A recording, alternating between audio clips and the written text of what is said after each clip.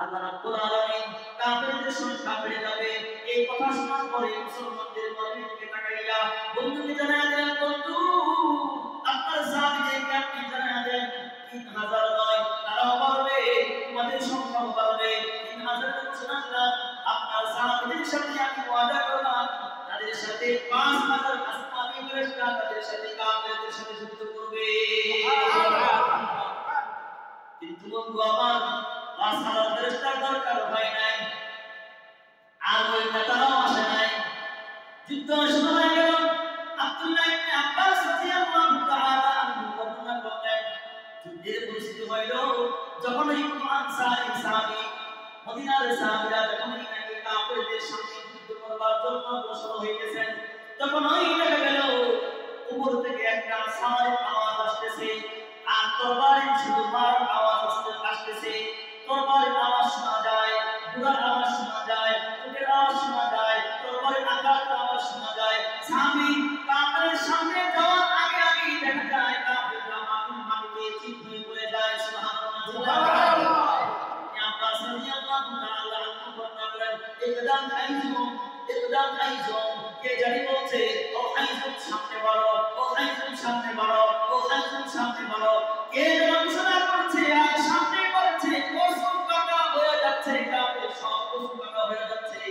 তখন আল্লাহ নবী সাল্লাল্লাহু আলাইহি ওয়াসাল্লাম থেকে জেনে তারা বললেন যে ইকদাম আইজুম মানে হলো জিবরাইলের ঘোড়ার নাম। জিবরাইল আমিন তার ঘোড়াকে বলছেন আইজুম সামনে বাড়ো, ঘোড়াকে সামনে বাড়তে বলছেন, আর কাফেরদেরকে হত্যা করছেন। দেখা যায় বড় বড় নেতৃবর্গ সবাই কাফের ময়দানে, এই বদরের ময়দানে সবাই চিত হয়ে পড়ে আছে।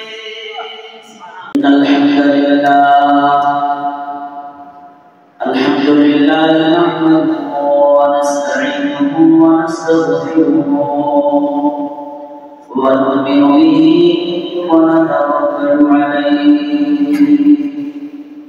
ওয়া নাউযু বিল্লাহি মিন শুরুরি আনফুসিনা ওয়া মিন sayyi'ati a'malina। من يهد الله فلا مضل له ومن يضلل فلا هادي له، ونشهد أن لا إله إلا الله وحده لا شريك له، ونشهد أن سيدنا وسندنا وحبيبنا ومولانا محمدا عبده ورسوله، أرسله الله تعالى بالحق بشيرا ونذيرا وداعيا إلى الله بإذنه وسراجا منيرا. أما بعد فقد قال الله تعالى في كلامه المجيد وفي قرآنه الحميد: أعوذ بالله من الشيطان الرجيم. بسم الله الرحمن الرحيم. ولو أن أهل القرى آمنوا واتقوا لفتحنا عليهم بركات من السماء والأرض ولكن كذبوا فأخذناهم بما كانوا يكسبون. أفأمن أهل القرى أن يأتيهم بأسنا بياتا وهم نائمون. أوأمن أهل القرى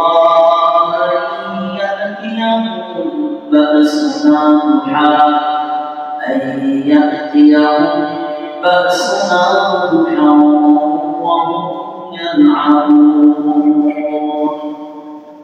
وقال رسول الله صلى الله عليه وسلم: الكيس من كان نفسه وعمل لما بعد الموت والعاجز من أتبع نفسه هواها وتمنى على الله أو كما قال النبي عليه الصلاة والسلام اللهم صل على محمد وعلى آل محمد كما صليت على إبراهيم وعلى آل إبراهيم إنك حميد مجيد اللهم بارك على محمد وعلى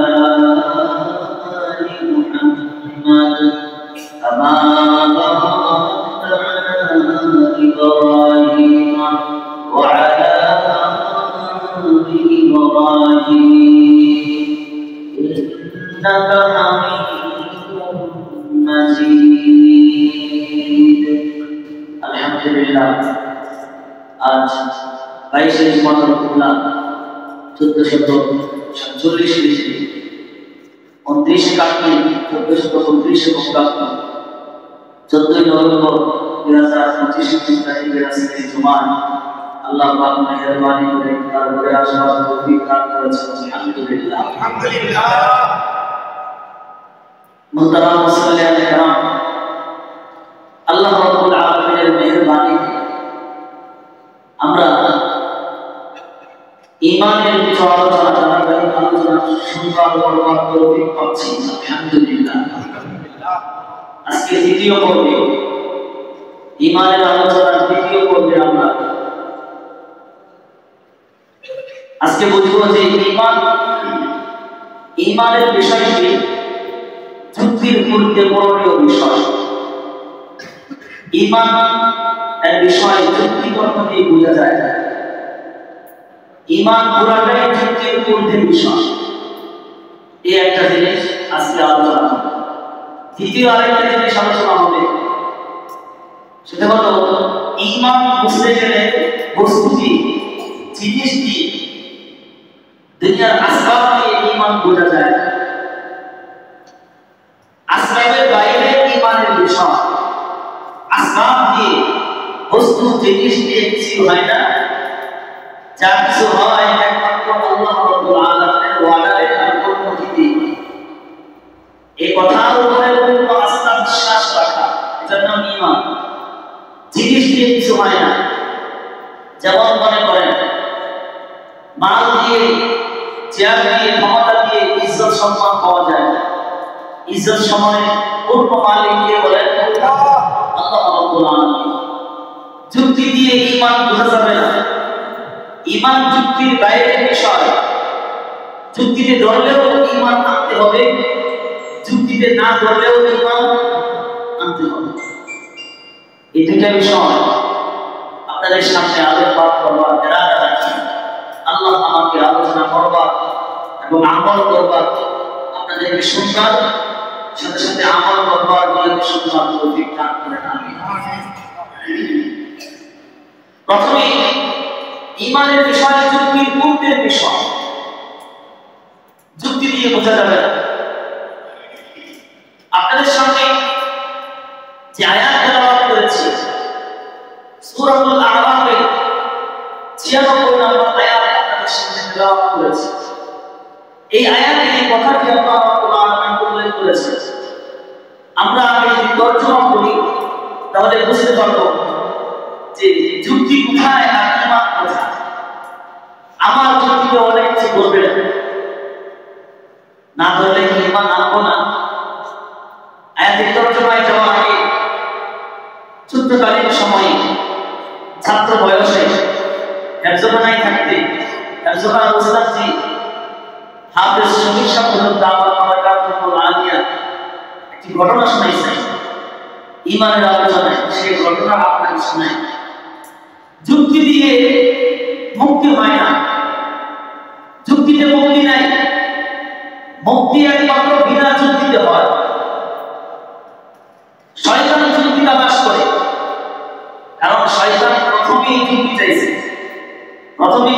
যুক্তিটা যে আগুন, আমি আগুনের তৈরি, আগুনের স্বভাব উপরে থেকে ওঠা, আগুন মাটির তৈরি, মাটির স্বভাব নিচের দিকে নামা, তাহলে নিচের জিনিসের চিন্তা আমি উপরের জিনিস করবো কেন? যুক্তি।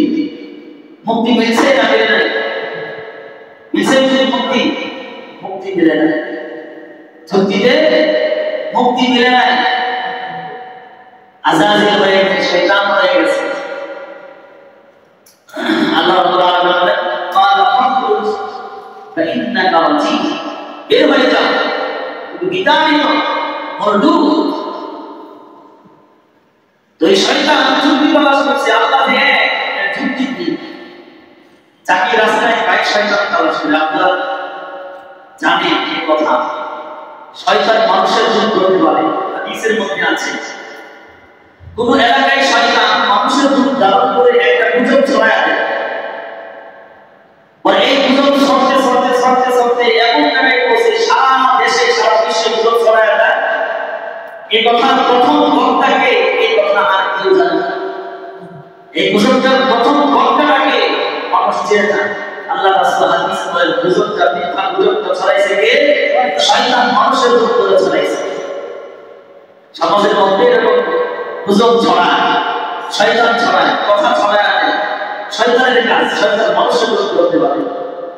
তালাশ করতেছে যুক্তি, আমরা যে যুক্তি কি তালাশ করতে করতে ঘটনা লম্বা করলে আমি আলোচনা করতে পারবো না। এই জন্য ভূমিকার আকারে তো আপনাকে বলছি, শুধু সংক্ষেপ করে যতটুকু আমার দরকার এতটুকু আপনাকে বলি। তো রাস্তা দিয়ে যাইতে দেখতে এক কৃষক পাইছে, কৃষক জমিতে হাল চাষ করছে লাঙ্গল দিয়ে। আপনারা জানেন হাল চাষ করতে গেলে লাঙ্গলের সাথে সাথে একটা আমাদের দেশে বলে সলা, লাঠি, হ্যাঁ হলা, হলা থাকে। আমাদের দেশে কি বলে জানি না, গরুকে প্রহার করবার চলে, মারবার চলে যে লাঠি কৃষকের হাতে থাকে, একবারে দিলে সাইজ এরকম একটা লাঠি। তো কৃষককে জমির মাঝখান থেকে রাস্তার পাশে দাঁড়ায় আসে, ভাই এদিকে আসেন, না আমি কাজ করতেছি, সবাই নাই, আল চাষ করতেছি, আসা দাদা জোর করে আনাইছে, আনায় কাছে ওই নাম্বারটা রেখে লাঠি রেখে এসে আসছে। আসার পরে শয়তান জিজ্ঞাসা করতেছে, ভাই আল্লাহ যে এক, এর দলিল, এর যুক্তি কি? কৃষক বলে, আল্লাহ যে এক, এটা আবার যুক্তি লাগে, যুক্তি ছাড়া আল্লাহ এক, এটা মানা হবে। আল্লাহ যে এক, এটা যুক্তি লাগবে না, যুক্তি। কৃষক বলে যে একটু দাঁড়াও, আমি তোমার যুক্তি নিয়ে আসতেছি। ওই নাঙ্গলের কাছে গিয়ে গরুর লাঠিটা আনছে, যখন আনা শুরু করছে, লাঠিটা আসতেছে, লাঠি নিয়ে আসে, আল্লাহ যে এক, এটা যুক্তি আনতেছে। তখন শয়তান পিছনে পড়ে গেছে যে আমার যুক্তির দরকার নাই। কৃষক পিছন দিয়ে ডাক দিয়ে বলে, শয়তান শোন, ও মিয়া শোনো, আল্লাহ যে এক, এর কোনো যুক্তি প্রমাণের প্রয়োজন নাই। বিনা যুক্তিতে, বিনা দলিলে আল্লাহ রাব্বুল আলামিন এক। সুবহানাল্লাহ। এরকম কৃষকের মতো ঈমান করতে হবে, বিনা যুক্তিতে, বিনা দলিলে আল্লাহ এক, আল্লাহ অদ্বিতীয়, আল্লাহর কোনো দ্বিতীয় হয় না। আল্লাহ এক, আল্লাহ আদিকালেও ছিলেন, এখনো আছেন, অনন্তর শীতকাল পর্যন্ত থাকবেন। কুল হুয়াল্লাহু আহাদ, আল্লাহুস সামাদ, লাম ইয়ালিদ ওয়া লাম ইউলাদ ওয়া লাম ইয়াকুল লাহু কুফুওয়ান আহাদ। ও ভিন্নধর্মী, তুমি যারা পূজা করছো আল্লাহকে অনেক রব মনে করে, তুমি তাদের পূজা করছো, মনে করছো আল্লাহর কাছে তোমাদের সুপারিশ করবে তোমাদের সম্পর্কে। আল্লাহর কাছে সুপারিশ করবার জন্য মুক্তির প্রয়োজন হয় না। সুপারিশ করবার জন্য আল্লাহ রাব্বুল আলামিন যাকে অর্ডার করবেন, অনুমতি দিবেন, সেই মাত্র সুপারিশ করতে পারবে। অনুমতি ছাড়া কেউ সুপারিশ করতে পারবে না। আল্লাহর সাথে সমকক্ষ কায়েম করে, বাস্তবায়ন করে, আল্লাহর সাথে মুক্তি কায়েম করে নিজের মুক্তির পথ দেখা বোকামি ছাড়া আর কিছু হতে পারে না। এটা বোকামি। এজন্য বিনা যুক্তিতে আল্লাহ কৃষকের মতো ঈমান রাখা। আল্লাহ যুক্তিতে আসেন না, আল্লাহ বিনা যুক্তিতে, আল্লাহ বিনা যুক্তিতে। তো আল্লাহ রাব্বুল আলামিন বলেন, ওয়ালাউ আন্না আমানু ওয়াত্তাকাউ লাফাতাহনা আলাইহিম বারাকাতিন মিনাস সামাই এর মতো বন্ধু আমার ইমান যদি আনতে পারি আল্লাহ রাব্বুল আলামিন সূরাতুল আরাফের 96 নম্বর আয়াতে ঘোষণা করেছেন ও সমাজের মানুষ তোমরা ঈমানদার হয়ে যাও সমাজের মানুষ তোমরা মুত্তাকি পরহেজগার হয়ে যাও মুত্তাকি আর পরহেজগার হয়ে লাভ আছে ঈমানদার হয়ে লাভ আছে বিনা ঈমানে লাভহীন লস হয়ে যাবে তোমার জীবন বিনা ঈমানে দুনিয়াতে সে নিষ্ফল হবে বিনা ঈমানে মানুষ আখিরাতে নিষ্ফল হয়ে যায় ঈমান ছাড়া মানুষের কোনো মূল্য নাই পৃথিবীতেও নাই আখিরাতেও নাই কবরেও নাই হাসরেও নাই সিরাতেও নাই মিজানেও নাই বিনা ঈমানে মানুষের কোনো দাম নাই এজন্য বলতে আল্লাহকে বলেন ওয়ালাউ আন্না আহলাল কুরআন মুত্তাকাউ লাফাতাহনা আলাইহিম দুইটা জিনিস সমাজের মানুষ মেনে নিতে পারতো ও সমাজের মানুষ কামটা খুলে খুলে শুনেন আল্লাহ বলছেন দুইটা কাজ যদি সমাজের মানুষ মাথা পেতে নিতে পারতো কায়েম করতে পারতো ব্যক্তি জীবনে ফিট করতে পারতো একটা হলো ঈমান আনা কৃষকের মতো ঈমান বিনা যুক্তিতে ঈমান আল্লাহ দেয় বিনা যুক্তিতে রাসূল শেষ নবী কোনো যুক্তি নাই যুক্তিতে মুক্তিও নাই রাসূলুল্লাহ শেষ নবী আখির নবী তারপরে আর নবী নাই আনা খাতামুন নবিয়্যিন লা নবিয়্যা বাদি রাসূল বলেছেন আমার পরে আর নবী নাই নবীদের শেষ খবর হিসাবে আমি এসেছি আমার পরে কিয়ামত পর্যন্ত আর নবী আসবে না এই কথার 100% বিশ্বাস রেখে জীবনটা পরিপূর্ণ চালাতে পারলে আল্লাহ রাব্বুল আলামিন বলেন তোমার সমাজটাকে আমি বরকতে ভরপুর করে দেব তোমার হায়াতে জিন্দেগিতে বরকত থাকবে তোমার ফ্যামিলিতে বরকত থাকবে তোমার সমাজে বরকত থাকবে তোমার দেশের সব বরকতের দরজা আমি আল্লাহ রাব্বুল আলামিন খুলে দেব শর্ত দুইটা বরকতের দরজা বরকতের গেট খুলতে চান বারাকাতের গেট খুলতে চান তাহলে কাজ করতে হবে দুইটা ঈমান এবং তাকওয়া ঈমান আনতে হবে 100% ঈমানের উপর আমাকে অটল অবিচল মজবুত পুখতা থাকতে হবে ঈমান যেন চুরি না হয়ে যায় ঈমান যেন ডাকাতি না হয়ে যায় ঈমানের প্রশ্নে কোনো ছাড় নাই ঈমানের প্রশ্নে কোনো ছাড় নাই পৃথিবী একদিকে ঈমান একদিকে ঈমানের সামনে সারা পৃথিবীকে মাইনাস করা যাবে ঈমানকে মাইনাস করলে মানুষের কোনো মুক্তির ব্যবস্থা হবে না সারা পৃথিবী মাইনাস করা যায় সব আত্মীয় স্বজন মাইনাস করা যায় সমস্ত অর্থ সম্পদ মাইনাস করা যায় সমস্ত সম্পর্ক মাইনাস করা যায় কিন্তু ঈমানকে মাইনাস করা যায় এজন্য ঈমান এবং পরহেজগারি আনতে পারলে আল্লাহ রাব্বুল আলামিন বলেন লা ফাতাহনা আলাইহিম বারাকাতিন মিনাস সামাই ওয়াল আরদ আকাশের সমস্ত বরকতের দরজাগুলো আমি খুলে দেব সুবহানাল্লাহ জমিনের বরকতের দরজাগুলো আমি খুলে দেব সুবহানাল্লাহ আকাশ থেকে বরকত করবে জমিন থেকে বরকত করবে কাজ কি দুইটা এক নাম্বার ঈমান আনা দুই নাম্বার তাকওয়া পরহেজগারি করতে হবে ঈমান আনতে পারবো তো ইনশাআল্লাহ তাহলে ঈমানদারি তো আছে ঈমান মজবুত করতে হবে ঈমানের উপরে আছি কিভাবে আছে আমি মনে করি আনা খাতামুন নবিয়্যিন লা নবিয়্যা বা'দিহি নবী ঈমান নাই আমার রাসূলই যে শেষ নবী এই কথার বক্তব্য আমি হতে পারলাম না এই কথার স্বীকৃতি আমি দিতে পারলাম না আমার রাসূলের উপরে আর কিয়ামত পর্যন্ত আর নবী আসবে না এই কথা বলতে আমি হতে পারলাম না এই কথার সামুরা আমি হতে পারলাম না এই কথার সামুরা এই কথার বক্তা এই কথার বিশ্বাস অন্তরে রাখতে হবে যে রাসূলের উপরে আর নবী নাই যারা রাসূলের উপরে মনে দাবি করবে তারা কাফের নিঃসন্দেহে কাফের যারা কাফের বলবে না তারাও কাফের এজন্য আল্লাহ রাসূল সাল্লাল্লাহু আলাইহি ওয়াসাল্লাম বলেছেন আমার পরে অসংখ্য নবী দাবিদার তারা আছে 30 জনের কথা বলেছেন রাসূলুল্লাহর সাহাবায়ে কেরাম নবীজির পরে নবী দাবি করলে তারা যুদ্ধের ঘোষণা করছেন যুদ্ধ করছেন আর আমরা যুদ্ধ করতে করতাম নবী কেউ যদি দাবি করে তাহলে আমাদের গায়ে রক্ত গরম হয় না তাকে সে করছে আমরা ইমানের হালত হলো এই, এজন্য ইমানকে কাজা করতে হবে। রাসূলুল্লাহ ঈমান নিয়ে ছিনিয়ে খাওয়া কালিমার এক পাশ দিয়ে ছিনিয়ে খাওয়া চলবে না। আমার রক্তে যদি এই কেস না আসে, আমার রক্তে যদি ঢেউ না আসে, আমার রক্তে যদি ধাক্কা না লাগে, আমার কালিমা অধ্বংস করে যাচ্ছে। মুহাম্মদ কালিয়ানি লা ইলাহা ইল্লাল্লাহ মুহাম্মাদুর রাসূলুল্লাহ, এক ওয়াক্ত আল্লাহ আরেক ওয়াক্ত মুহাম্মাদুর রাসূলুল্লাহ, এক ওয়াক্ত পড়তো অংশীদার বসায় দিচ্ছে গোলাম আহমদ কাদিয়ানী। বন্ধু আমার গোলাম আহমদ কাদিয়ানী যতদিন পৃথিবীতে এই দল থাকবে আর যত দেশেই থাকবে, সমস্ত দেশের পার্লামেন্টে গোলাম আহমদ কাদিয়ানীকে কাফের ঘোষণা না করলে সারা দেশের সকল মানুষের ঈমানের খতরা আছে কিনা বলেন?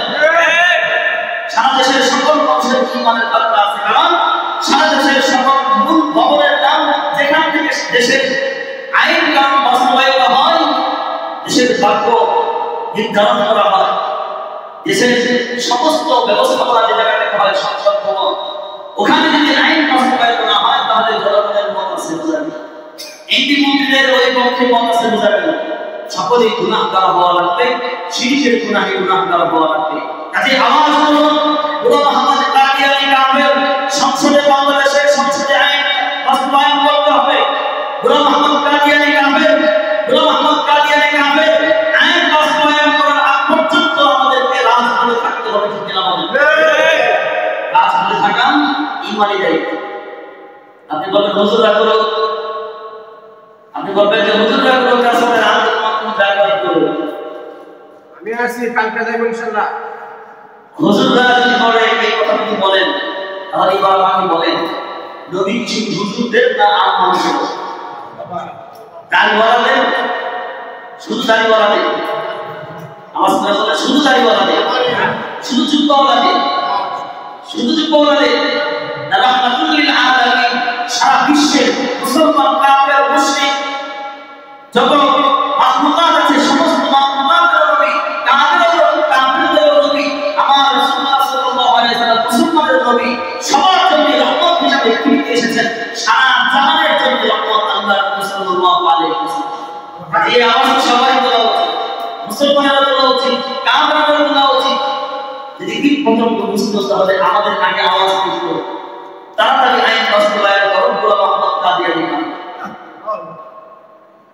কিন্তু ওদের ভাষা নাই, তাই আন্দোলন করবে। আমাদের ভাষা আছে, আমরা আন্দোলন করবো ইনশাআল্লাহ। আল্লাহ আমাদেরকে নবী সাল্লাল্লাহু আলাইহি ওয়াসাল্লামের নবুয়ত টিকায় রাখা ঈমানের জজ্বা আমাদের নাম করে নামে। আগামীকাল খতমে নবুয়তের আন্দোলন। খতমে নবুয়ত বোঝেন?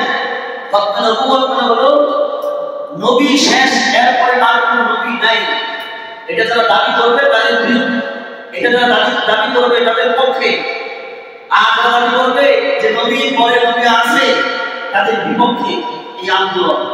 এটা সবার দায়িত্ব, ঈমানি দায়িত্ব, আপনার দায়িত্বের অর্ধাংশ হলো খতমে নবুয়ত মুহাম্মাদুর রাসূলুল্লাহ সাল্লাল্লাহু আলাইহি ওয়াসাল্লাম।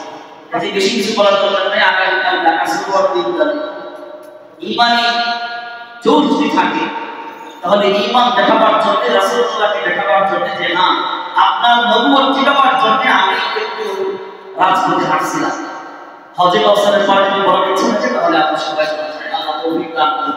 আমিন। আর কিছু বলার দরকার আছে? সবাই জানকারি যাবে।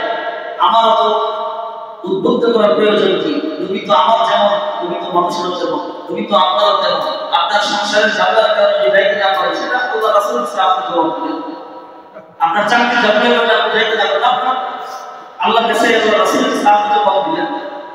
নবী আর আপনার ব্যবস্থা, নবী আর আপনার সমাজের ফায়সালা কি দেখাবেন, কোন মুখ নিয়ে যাবেন সেটা আপনার বিবেচনা। আল্লাহ আমাদের বুঝার আমল করার তৌফিক দান করুন। আমিন। ওয়ালাউ আন্না আহলাল কুরআ আমানু ওয়াত্তাকাউ লাফাতাহনা আলাইহিম বারাকাতিন মিনাস সামাই ওয়াল আরদ ওয়ালাকিন কাযযাবু ফাআখাযনাহুম বিমা কানু ইয়াকসিবুন। জনপদবাসী ঈমান আনে নাই, জনপদবাসী তাকওয়া অবলম্বন করে নাই।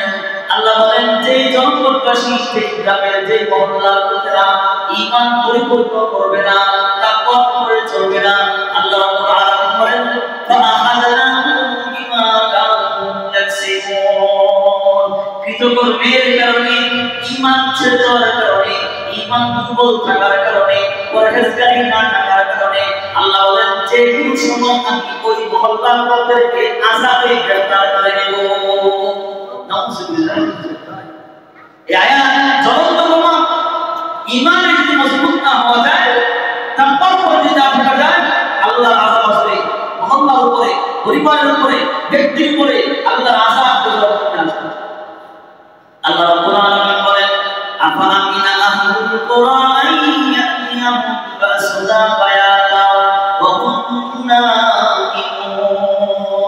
এলাকার মানুষরা, মহল্লার মানুষরা কি মনে করে নিরাপদ হয়ে গেছে?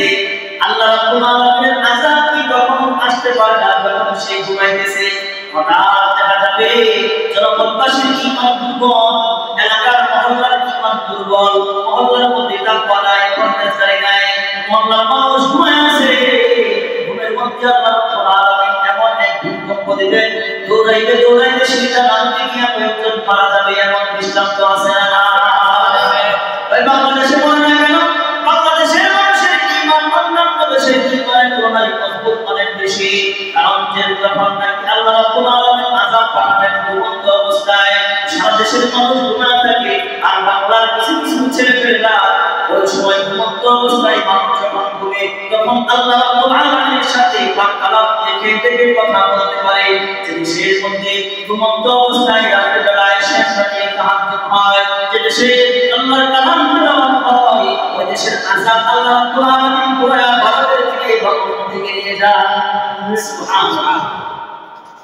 এজন্য আল্লাহ রাব্বুল আলামিন বলেন মহল্লার সব মানুষ যদি ঈমান খারাপ হয়ে যায়, দুর্বল ঈমান বলা হয়ে যায়, তাকওয়া পরহেজগারি যদি না থাকে, তাহলে আল্লাহ রাব্বুল আলামিন এমন আযাব দিবেন মানুষ টের পাবে না, বলতে পারো সময় পাবে না। ঘুমন্ত অবস্থায় আল্লাহ রাব্বুল আলামিন বিদ্যুৎ দশাইয়া অথবা ভূমিকম্পের মাধ্যমে অথবা যে বিপদটাইয়া আল্লাহ রাব্বুল আলামিন আযাব দিতে পারেন। আল্লাহ বলেন আমিন আহলুল কুরআন ইয়াতিয়াহুম বাসুনা ওয়া হুম ইয়ালআনুন। শুধু রাতে কি আযাব আসতে পারে? আল্লাহ রাব্বুল আলামিন বলেন না না, দিনের বেলাও আমি আযাব দিতে পারি। দিনের বেলায় মানুষেরা যখন খেলতে থাকে, খেলার অবস্থায়, খেলা দেখা অবস্থায়, খেলতে থাকা অবস্থায় আল্লাহ বলেন আমার নাফরমানি করতে থাকো, তাহলে এই খেলা দেখা, খেলা করা অবস্থায় আমি আযাব দিয়ে গ্রেফতার করতে পারি। এলাকার যুব সমাজ, টিভির সামনে খেলা দেখতে থাকো, মুসলিম ভাই নামাজ পড়বে, খেলা দেখতে থাকি, নামাজ ছেড়ে খেলা দেখতে থাকি। আল্লাহ রাব্বুল আলামিনের কোরআনে এই আয়াতটা পড়ে আও আমিনা আহলুল কুরআন ইয়াতিয়াহুম বাসুনা ওয়া হুম ইয়ালআনুন। আল্লাহ বলেন খেলা অবস্থায় আমি কিন্তু আযাব দিতে পারি, কাজেই সতর্ক হয়ে যাও। কোরআন সতর্ক করবার জন্য এসেছে, সতর্কতা বলে আল্লাহ রাব্বুল আলামিন খেলায় ঝামেলা আল্লাহ রাব্বুল আলামিন আযাব গজব পাঠাইতে পারেন কিনা চিল্লাবেন সাবধান। এই কথা কিন্তু আল্লাহ রাব্বুল আলামিন কোরআনে বলেছেন। কাজেই এই যে আল্লাহ রাব্বুল আলামিন কিবার বুঝুন, এই আয়াতে বললেন ঈমান আনলে, তাকওয়া আনলে, অবলম্বন করলে আল্লাহ রিজিকের বরকত বাড়ায় দিবেন, দেশে বরকত বাড়ায় দিবেন, মহল্লায় বরকত বাড়ায় দিবেন, ফ্যামিলিতে বরকত বাড়ায় দিবেন। এটা যুক্তিতে মিলে, কি বলে যুক্তিতে মিলে। আনন্দ ঈমান, আনন্দ পরহেজগারি বাড়বে, রিজিক বাড়বে, বরকত। এটা কি যুক্তি ধরে? ধরে? একটু যুক্তি দিয়ে দেখেন, যুক্তি ধরে না ধরে কেমনে? যুক্তি হইল টাকা মারলে, ইনকাম করলে, চাকরি করলে, ব্যবসা করলে, কায়িক পরিশ্রম করলে টাকা বাড়বে, সম্পদ বাড়বে। যত বেশি আমি পরিশ্রম করব, যত বেশি টাকা খাটাবো, যত বেশি টাকা লাগাবো, ততই আমার সম্পদ বাড়বে। এটা হলো আমি যুক্তিতে ধরে। কিন্তু ঈমান আনলে, তাকওয়া অবলম্বন করলে সম্পদ বাড়বে, বরকত বাড়বে। এটা যুক্তিতে ধরে না, যুক্তিতে ধরে না। এই কথাটা যুক্তিতে ধরে না। ইনকাম করলে সম্পদ বাড়ে, আর আল্লাহ বলেন ঈমান আনলে সম্পদ বাড়ে। আমরাও দেখি ঈমান যারা আলে তারা আরো দুর্বল হয়ে যায়, তারা আরো গরিব হয়ে যায়। এখানে যুক্তিতে ধরুক আর না ধরুক, তখনই আমার ঈমান 100% থাকতে হবে, মজবুত পুখতা রাখতে হবে যে আল্লাহ রাব্বুল আলামিন বলেছেন ঈমান আর পরহেজগার অবলম্বন করলে পরে আমার ঈমান বাড়বে, আমার রিজিক বাড়বে, আমার বরকত বাড়বে। এটাই সঠিক, এর বাইরে কোনো কথা নাই। যুক্তিতে ধরলেও সঠিক, না ধরলেও সঠিক, বুঝলেও সঠিক, না বুঝলেও সঠিক। যে যুক্তিতে আসবে, যেটাকে কনসিডার যুক্তি থাকবে, তাকে বলতে হবে বিনা যুক্তিতে ওই কৃষকের মতো সরা দেখাইতে হবে, লাঠি দেখাইতে হবে, গরু হাওয়া দেখাইতে হবে। যুক্তি মানে না, বিনা যুক্তিতে আল্লাহ তাই করতে হবে। বিনা যুক্তিতে আল্লাহ আল্লাহ যুক্তিতে ধরে না, এরকম আরেকটা জিনিস আছে। যুক্তির আলোকে ঈমান বোঝা যায় না। ঈমানের বিষয় পুরোটাই যুক্তির বাইরের বিষয়। যেমন মনে করেন বদরের যুদ্ধের বিষয়। যুক্তি হল যাদের অস্ত্র বেশি, যাদের সৈন্য বেশি, যাদের জনবল বেশি, যাদের অস্ত্র শস্ত্র বেশি, তারাই বিজয়ী হবে, এটাই যুক্তি, তাই না? কিন্তু বদরের যুদ্ধে দেখেন, বদরের যুদ্ধে বলে আল্লাহ রাব্বুল আলামিন কি বলছেন? লাকাদ নাসারাকুমুল্লাহু ফী মাওয়াতিন কাসীর। আল্লাহ রাব্বুল আলামিন বলেন হুনাইনের যুদ্ধে, বদরের যুদ্ধে কি বলেন?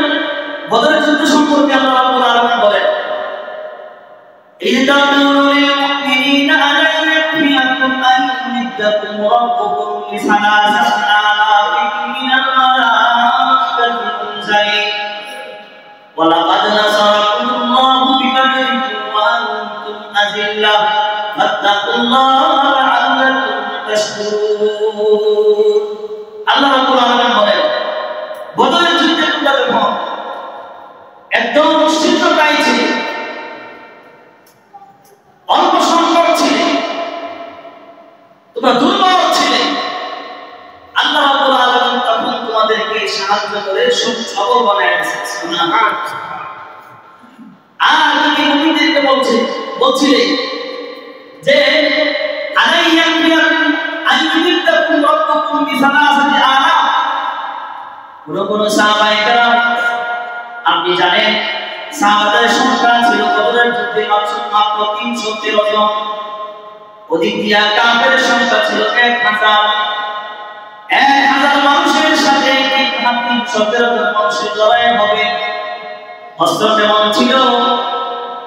মাত্র উট ছিল 2টা, 70টার মতো, কোথাও 8টির মতো উটের কথা আছে। ঘোড়া ছিল 2টা, তরবারি ছিল কয়েকটা।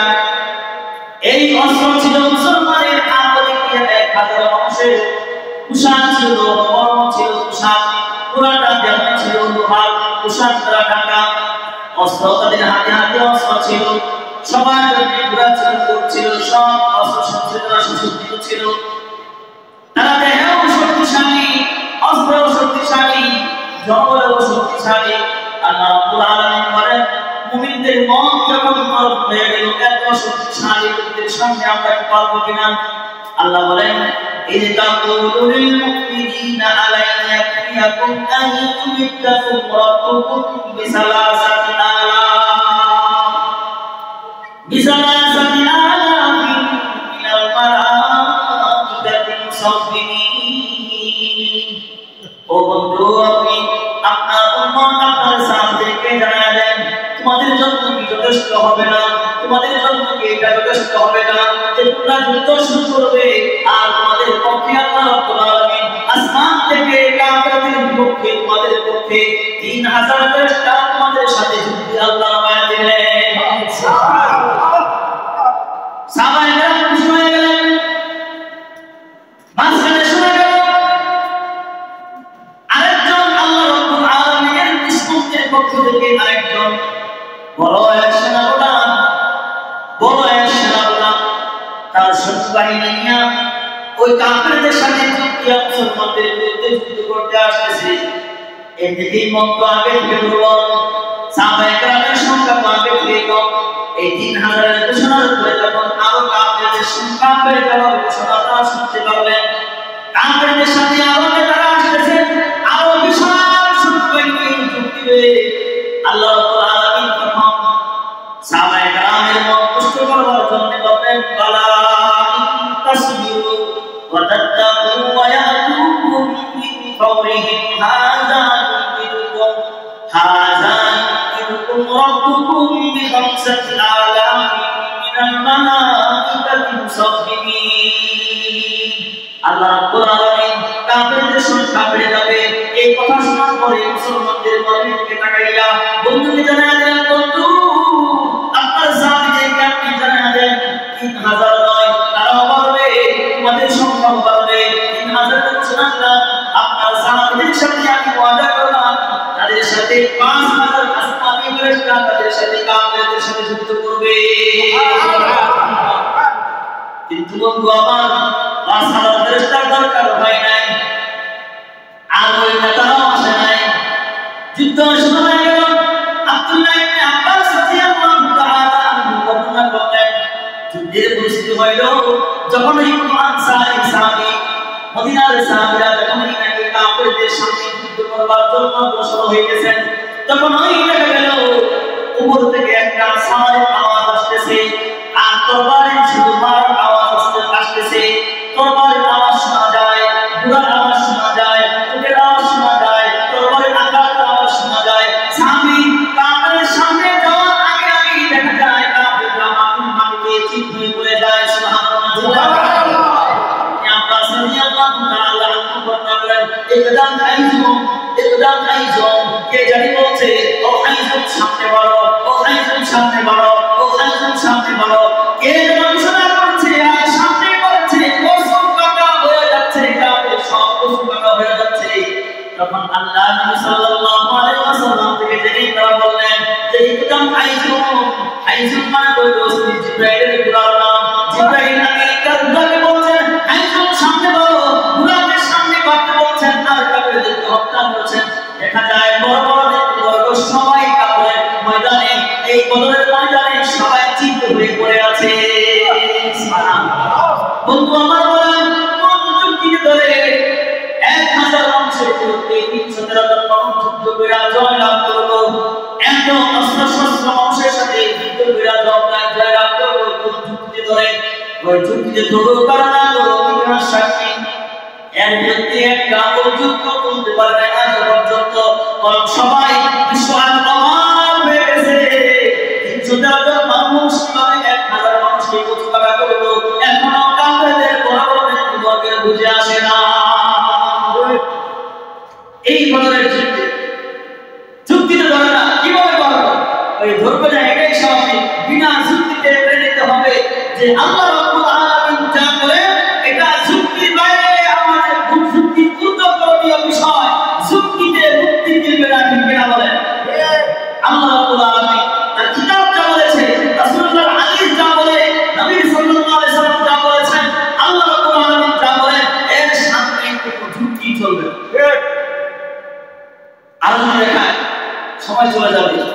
এই একটা বিষয়, ঈমান যুক্তি দিয়ে বোঝা যায়? যুক্তি বিনা যুক্তিতে যারা কোরআন হাদিসের কথা, আল্লাহ রাসূলের কথা বিনা যুক্তিতে যারা মেনে নেবে তারা টাটকা ঈমানদার। আর যারা যুক্তি কায়েম করবে কোরআন হাদিসের সামনে, মাসলা মাসাইলের সামনে, ঈমান দুর্বল আছে, ঈমান দুর্বল আছে। আপনি এবার বলেন আপনার বিলাসের ঈমান কয় জনের দুর্বল? কোরআন হাদিসের আলোচনা মসজিদে হয়, হওয়ার পরে এই হুজুরকে এই কথা বলে দিতে পারবো, আরে মিয়া তুমি আদার ব্যবসায়ী জাহাজের খবর নাও, বিসমিল্লাহ ঠিক করে বলতে গেলে 70 বার হুজুর খেয়াল করবা, আর তুমি দলিল চাও তোমার মতো চরমের কাছে আমার দলিল দিতে হবে? ইয়া তুমি টাকা তোমার কাছে আমার দলিল দেওয়া লাগবে। দলিল যদি আমার বড় আলেমের কাছে, আমার সাথে চক্কর লাগাইতে হলে আমার চেয়ে বড় আলেম, তোমার সাথে আমার চেয়ে ভালো না। যা বলা হয় বিনা বাক্যে মাথা পেতে যুক্তির বাইরে যদি আমি নিতে পারি তাহলে ঈমান ঠিক আছে। আর তাদেরকে বলছি আজকের আলোচনা থেকে যাদের প্রশ্ন মনে আসে, হুজুরের কথা শুনলে শুধু প্রশ্ন আসে, ঈমান ঠিক করেন, ঈমান দুর্বল আছে, ঠিক কিনা বলেন? ঈমান ঠিক করেন, ঈমান দুর্বল আছে। নেতা হয়ে গেছেন না, কয়দিনের নেতা? একটা বাইক দিব না চাইলে নেতা কই টাকাও হয়ে যাইব নেতা কি বলে নেতার দাম নাই নেতার মূল্যায়ন নাই নেতার তুয়াক্কা হবে কিছুই নেই করার সামনে নেতা নেতার তুয়াক্কা পূরণ করেন নেতা কি কম করেন নেতা কি মসজিদে না নেতা কি কোরআনের সাথে না নেতা কি যেখানে করা সেখানে করেন আল্লাহ বুঝবার আমল করার তৌফিক দান করুন আমিন।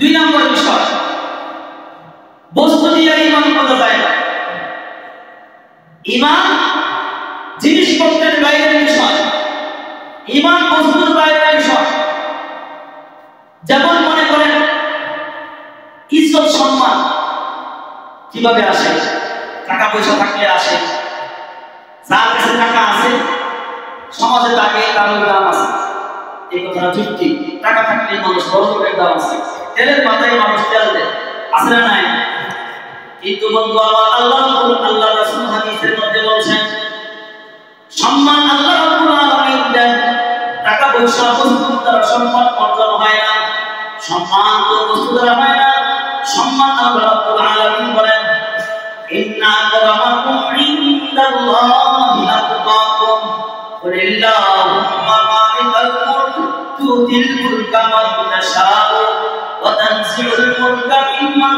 তাশাউ ওয়া তুইজ্জু মান তাশাউ ওয়া তুযিল্লু মান তাশাউ বিয়াদিকাল খায়র ইন্নাকা আলা কুল্লি শাইইন কাদির ইজ্জত আল্লাহ দেন টাকা দেন ইজ্জত দিবেন তাকওয়ার ভিতরে থাকে টাকা ছাড়া ইজ্জত সম্মান পাওয়া যায় টাকার ইজ্জত টাকা থাকতে থাকে ক্ষমতার ইজ্জত ক্ষমতা থাকতে থাকে কিন্তু তাকওয়ার ইজ্জত টাকা না থাকলেও থাকে ক্ষমতা না থাকলেও থাকে এর টাইম বড় লম্বা এটার কোনো টাইম নাই দুনিয়াতে ইজ্জতওয়ালা আখিরাতে ইজ্জতওয়ালা কবরে ইজ্জতওয়ালা ফুলসিরাতে ইজ্জতওয়ালা জান্নাতে সালামুন কাওলান মির রাব্বির রহিম সম্মানে প্রাণদারি জাতিয়া ইজ্জত সম্মানের সাথে তোমাকে সালাম বলতে বলতে জান্নাতে নিয়ে যাবে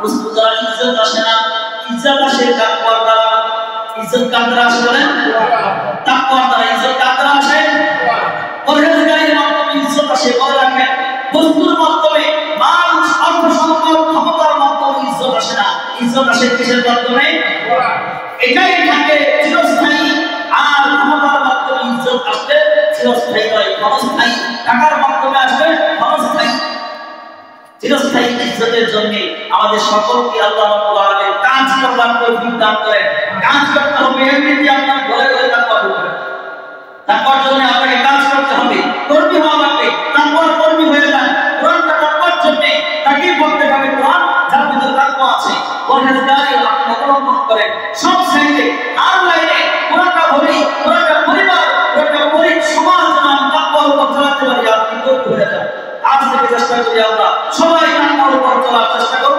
ইনশাআল্লাহ তাহলে ইজ্জত সম্মান তাকওয়ার মাধ্যমে আসে এরপরে আমরা মনে করি ধনী হয় টাকা থাকলে তাই না ধনী কাকে বলে যার টাকা আছে তাকে ধনী এটাই যুক্তির বিষয় ওই ধনী গরিব ব্যক্তি মানুষ ধনী কই বলে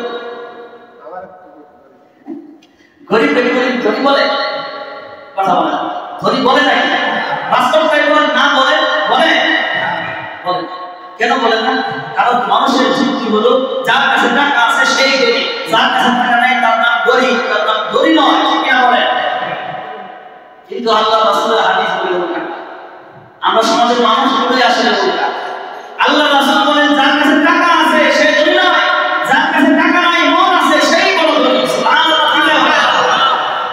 আল্লাহ রাসূল বলেছেন লাইসাল গিনা আন কাসরাতিল আরজ লাইসাল গিনা আন কাসরাতিল আরজ ওয়ালাকিনাল গিনা বিমান নাফসি টাকা সম্পদ থাকলেই ধনী হওয়া যায় না আল্লাহ রাসূল বলেন যার মনটা আছে দিলটা আছে টাকা আছে মন নাই টাকা আছে দিল নাই আল্লাহ রাসূলের বলার ভাষায় এর চাইতে গরিব পৃথিবীতে আর নাই টাকা নাই দিল আছে টাকা নাই মন আছে তো এটাই সবচেয়ে বড় লোক সবচেয়ে বড় ধনী সুবহানাল্লাহ বুখারী শরীফের মধ্যে একটি হাদিস আছে আল্লাহ রাসূল সাল্লাল্লাহু আলাইহি ওয়াসাল্লাম নিষেধ করে দিয়েছেন হিংসা করা যাবে না।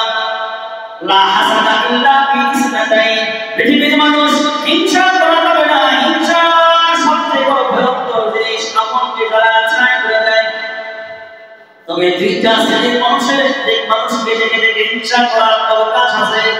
তার হিংসা অর্থাৎ তাকে দেখে দেখে তার মতো হওয়ার হিংসা করো।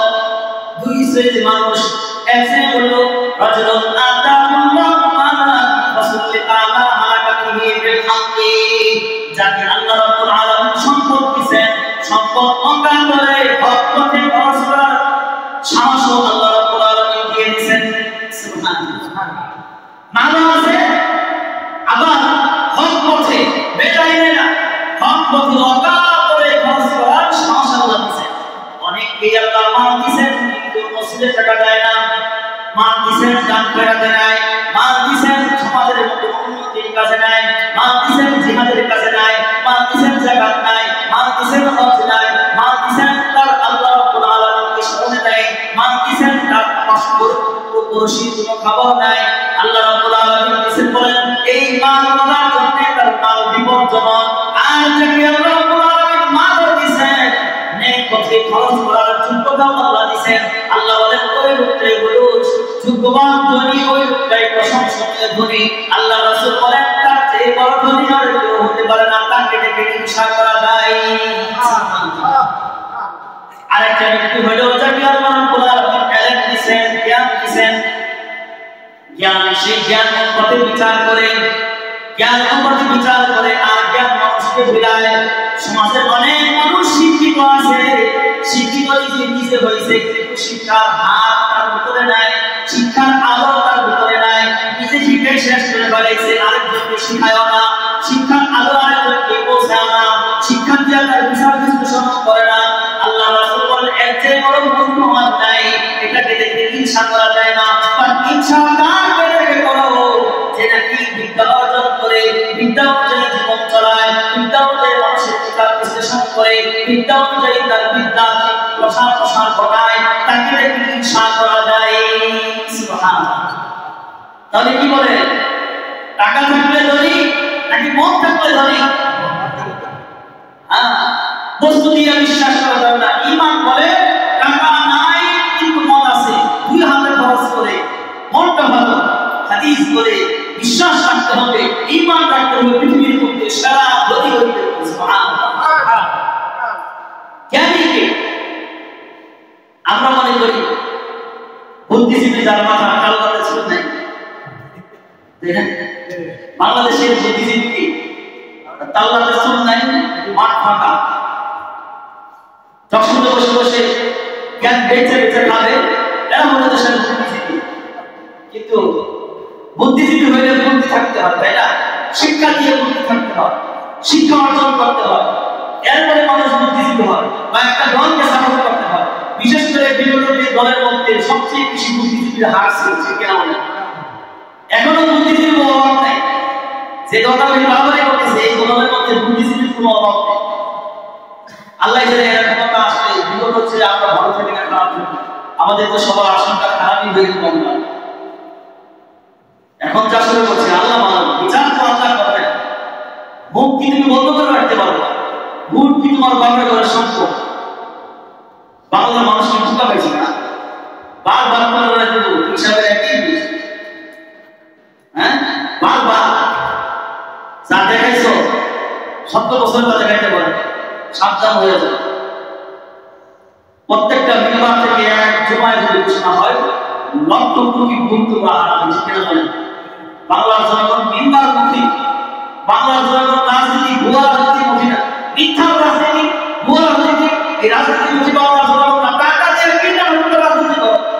আর বিনা টাকায় ঘন্টার পর ঘন্টা হুজুরদের সামনে মানুষ বসে থাকে, কারণ একটাই কোরআন দিয়ে তারা বাঁচতে চায়, কিনা বলেন? কোরআনের বাইরে যে দল যাবে ওই দলকে বাংলাদেশের জনগণ মাইনাস করে দেবে। কিছু বলেন আপনারা মনে একমত না? আমরা তো বিজেপি আছি, আওয়ামী আছি, জামাতের কিছু আছে। কোরআনের পক্ষে যে দল বলবে ওই দলকে আমরা সাপোর্ট করবো, ওই দলকে আমরা ভোট দেব। কোরআনের বিপক্ষে যারাই যাবে সবাইকে বাংলার জনগণ মাইনাস করে দেবে।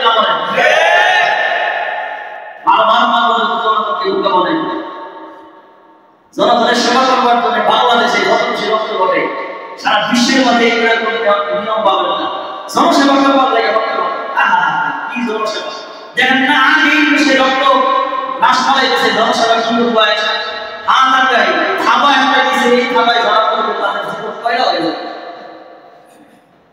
দেখেন না হাত আগে সবাই নির্বাচনী নেতারা হাত আগায় এরকম কি বোঝা জানে একবার গাড়ি দিয়ে একটা কেসটা যদি জীবন শেষ এটা হলো তার মানে এটা হলো মানে রাগ করছেন নেতারা রাগ করছেন নি আমার মসজিদে যারা কবি আসে যে কয়টা আসে সরা করে আসলো এরা নিজের নিজের জগতে করে গেছে বুঝলেন না নিজের নিজের জগতে করে গেছে লাভ যে আপনি শুনেন একটা বলে জানান আর ব্যাটি ধরতে পারো তাহলে ব্যাটটা পুরো ফিচার জান্নাতের লেখা থাকে রাতে করে বের করো এখন নেতা বানায় 5 বছর ধরে 20 টাকা খাওয়া আছে না 5 বছর সামনে নেতা কয়টা এত নেতা হইলে কর্মী হবে না কর্মী নাই নেতা হয়ে গেছে বাংলাদেশ 10 বছর সামনে 30 টা নেতা একবারের মধ্যে 100 নেতা ভোট করে দিবে কেউ কারো খারাপ লাগছে কারণ নেতাতে দাঁড়াইছে খারাপ লাগলো সত্য না লাগলো সত্য হক কথা একটু বিদায় দেয় নেতা হইতে চায় আল্লাহর পাগল হয়ে যায় আল্লাহর দল করেন কোরআনের দল করেন কোরআন যখন পৃথিবীতে আপনারা আপনার জীবনকে আপনি চিনি ফেলে শেষ করে দেবেন কোরআনের মধ্যে আসে আল্লাহ বুঝা আমার কোরআন তৌফিক দান জ্ঞানী কে আল কাইয়িসু মান কানা নাফসাহু ওয়া আমিলা লিমা বা'দাল মাউত জ্ঞানী হলো ওই ব্যক্তি যে নাকি মান জানা নাফসাহু যে তার নিজেকে চিনতে পারছে সেটা আমি নিজেকে চিনছি কলারটা টান দিয়ে বলে আমি এখন সমাজের বড় নেতা আমার উপরে বড় নেতা নাই আমি তো বড় নেতা হেঁটা নেই হাঁটতে পারে না সে পেট কখনো দেখে না দেখে গেলে আসমান মুখটা টান টান করে হাঁটে নিচের দিকে তাকানোর সুযোগ নাই আল্লাহ বলেন নিচের দিকে তাকা না হয় মাথায় একটা মারবো জীবনের শেষ হয়ে যাবে নিচে তাকা মাটির মানুষ মাটির দিকে যায় মুখটা টান টান করে হাঁটে শেষ ওখানে তো হাঁটানোর সিস্টেম আছে মাটির দিকে তাকা বলা তামশি ফিল আরদি মারাহা অহংকারের সাথে হাঁটবি না নেতা বাজার দেখতে শিখতে পারবে একজন আমার সাথে যাচ্ছে সালাম দিচ্ছে চিনে নজরকে অমুকের ভাই হাঁটা দেখলে তো বোঝা যায় অমুকের ভাই হাঁটা দেখলে বোঝা যায় 100 মাসের মধ্যে আপনি পার্থক্য করতে পারেন হাঁটার মধ্যে কোরআন বলে বলা তামশি ফিল আরদি মারাহা অহংকার করে জমিনে হাঁটবি না জমিন থেকে গাইতে পারবি না পাহাড় থেকে পড়াইতে পারবি না জমিনের সাথে গালি করলে জমিন থেকে কাম দিয়া তোকে গজব করে জমিনের সাথে তামাশা করো বলা তামশি ফিল আরদি মারাহা আল্লাহ অথরিটি বলেন তামাশা করিস না জমিনের সাথে আল্লাহ বুঝা আমাদের তৌফিক দান করুন বুক যারা নিচের দিকে তাকান রাসূলুল্লাহ সামনের দিকে বুক ঝুঁকে হাঁটে রাসূলুল্লাহ সামনের দিকে তাকায় হাঁটে রাসূলুল্লাহ সামনের দিকে নিচের দিকে তাকায় বুকটাকে বাসায় এরকম করে নিজেকে হয়ে গেছে মই কি হলো রে কিছুই না রে নিজে অনেক কিছু মনে করে আল কাইয়িসু মান কানা নাফসাহু তুমিকে আল্লাহ রাব্বুল আলামিন কোরআন শরীফে একটা বাবা হইছিলা না বাপ এখনো না বাপ কোরআন ঢুকলে হইবা বাপ হইলে যাবে কোরআন ঢুকলে যাবে জান্নাতে আর কোরআন না ঢুকলে তুমি লাশ হইয়া না বাপ হইয়া কবরে যাইবা পয়সা কইলা শেষ হইয়া যাইবা মান দানা নাফসাহু ওয়া আমিলা লিমা বা'দাল মাউত কাহা সে আয়া হু কিয়া কর রাহা হু নতিজা কিয়া হোগা জাকারিয়া দামাতাতুল আলিয়া মুসনাদ जी बोलते हैं किया कहां से आया हूं क्या कर रहा हूं नतीजा क्या होगा চিন্তা করো রে মন থেকে আসলাম কি করতেছি কোথায় ছিলাম কি করছি যা করছি যার ফলাফল কি হবে অনেকবার চিন্তা করে দেখো আমি কে এখন কি সামনে কি হব চিন্তা যদি করে ভুলি পাও তাহলে ওয়ামিলা লিমা বা'দাল মাউত মরণ পরবর্তী জীবনের জন্য ভালো থাকবার জন্য আমল করো মরণ পরবর্তী জীবনটাই হইল তোমার আসল জীবন মরণ পূর্ব জীবনটা নকল জীবন মরণ পরবর্তী জীবনটা আসল জীবন মরণ পূর্ববর্তী জীবন মানে বর্তমান জীবনটা নকল জীবন, স্বপ্নের জীবন, এই জীবন কেটে যাবে, শেষ হয়ে যাবে। মরণ পরবর্তী জীবন শেষ হবে না, শুরু আছে, শেষ হবে না। ওই দিন ভালো থাকবার জন্য কত সম্পদের প্রয়োজন, কত অর্থ দৌলতের প্রয়োজন, সব অর্জন করার টাইম 60-70 বছর, কারো জন্য 20 বছর, কারো জন্য 16 বছর, কারো জন্য 30 বছর, কারো জন্য 80 বছর।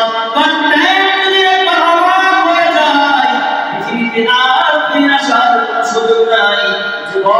জীবনকাল ইবাদত আল্লাহর কাছে সবচেয়ে দামি। তুমি ইবাদতের পিছনে না ঘুরিয়া, তুমি একটা হইবার চিন্তা ভাবনা বাদ দিয়া তুমি আখিরাতে ভালো ধান্দায় ফিরে করতে থাকো। কারণ আনন্দ শিক্ষার জীবন শুরু হবে, শেষ হবে না। ইনকাম যা করার এখন তুমি তা করে নাও। কাজে ধন সম্পত্তি থাকলে, জ্ঞান বুদ্ধি থাকলে জ্ঞানী হওয়া যায় না। জ্ঞানী যে নিজেকে চিনছে আর পরবর্তী জীবনের জন্য আমল করেছে, সেই হলো সবচেয়ে বড় জ্ঞানী। শক্তিশালীকে শক্তিশালী, যার শক্তি আছে সে তাই সেই শক্তিশালী, এটা বুঝে আসে আমাদের। ঈমান বলে, ঈমান বুঝবার জন্য শক্তির বাহিরের বিষয়। লাইসা শাদীদুল বিসুরআ ইন্নামা শাদীদুল্লাযী ইয়ামলিকু নাফসাহু ইনদাল গাযা। দ্রুত পরিশুদ্ধ অ্যাকশন নেওয়া, এটার নাম বাহাদুরি নয়। দ্রুত অ্যাকশনে যাওয়া, এটার নাম বাহাদুরি নয়। অ্যাকশন হলো বস্তুর নাম। পাওয়ার আছে, ক্ষমতা আছে, ক্ষমতা বস্তুর নাম। তোমার শক্তি আছে, বস্তুর নাম। আল্লাহ বলেন এই সমস্ত বস্তু দিয়া শক্তি হওয়া অর্জিত হয় না।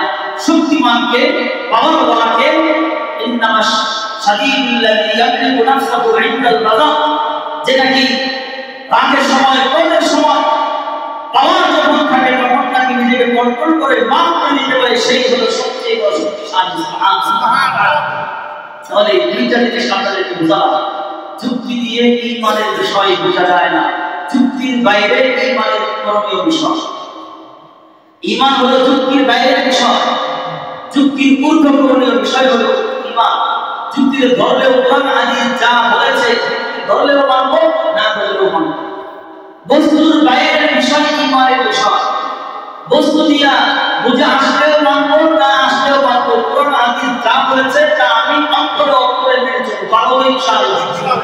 এই দুইটা জিনিস আমাদেরকে বুঝে ব্যক্তি জীবনে তৃপ্ত পাওয়ার তৌফিক দান করেন। আমি ফাঁকে ফাঁকে কারো কারো গায়ে কথা শুনাই যেতে পারে, যদি লাগে বুঝবেন ওষুধ প্রশংসা পাওয়া যায়।